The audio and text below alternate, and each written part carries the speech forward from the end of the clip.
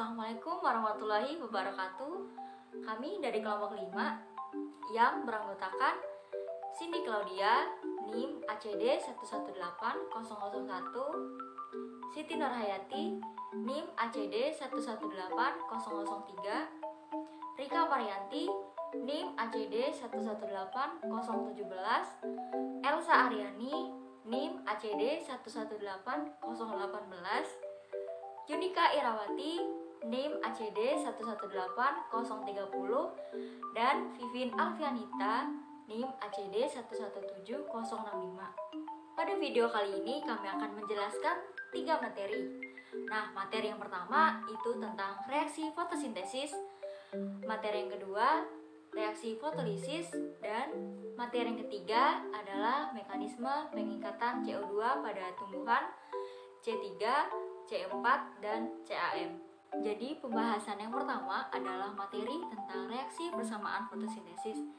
Nah, pengertian dari fotosintesis itu sendiri adalah proses tumbuhan mengubah sinar matahari menjadi makanan atau energi.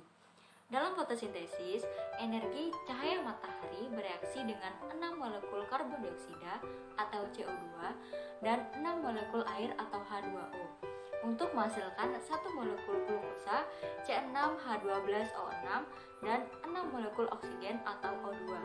Dengan bersamaan 6 CO2 plus 6 H2O dengan dibantu cahaya sinar matahari akan menghasilkan C6H12O6 plus 6O2.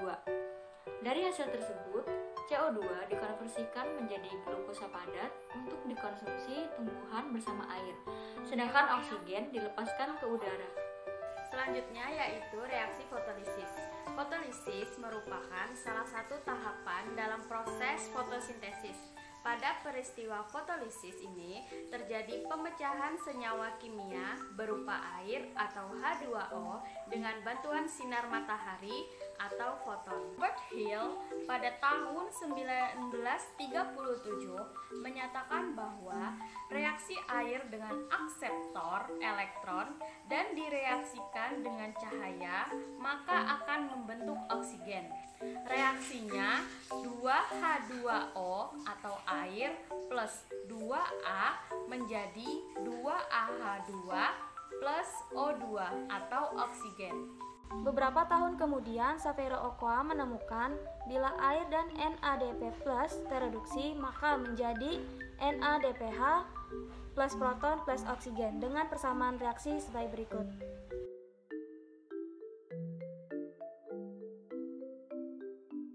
Tanaman C3 adalah tanaman yang memiliki kemampuan beradaptasi pada lingkungannya yang memiliki kandungan karbon dioksida di atmosfer yang tinggi. Disebut tumbuhan C3 karena memiliki enzim yang akan menangkap karbon dioksida lalu menggabungkannya dengan ribosa bifosfat menjadi trifosfogliserat yang merupakan molekul berkarbon 3.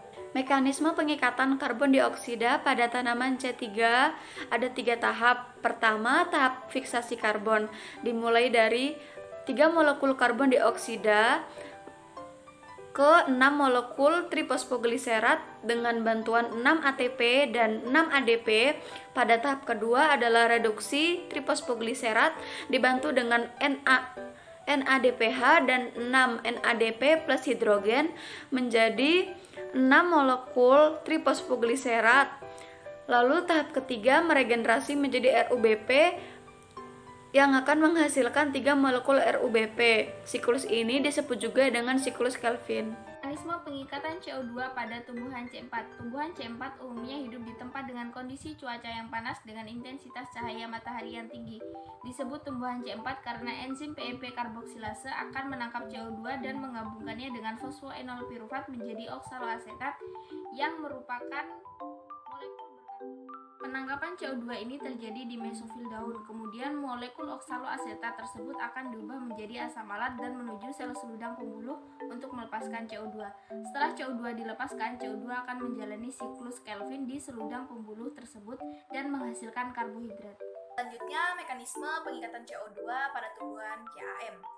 Pada tumbuhan CAM, tanaman ini mengambil CO2 pada malam hari dan menggunakannya untuk fotosintesis pada siang harinya menurut Gardner. Wagner 1961. Selama malam hari, ketika stomata tumbuhan CAM itu terbuka, tumbuhan mengambil CO2 dan memasukkannya ke dalam berbagai asam organik. Cara fiksasi karbon ini disebut metabolisme asam frasulase atau CAM.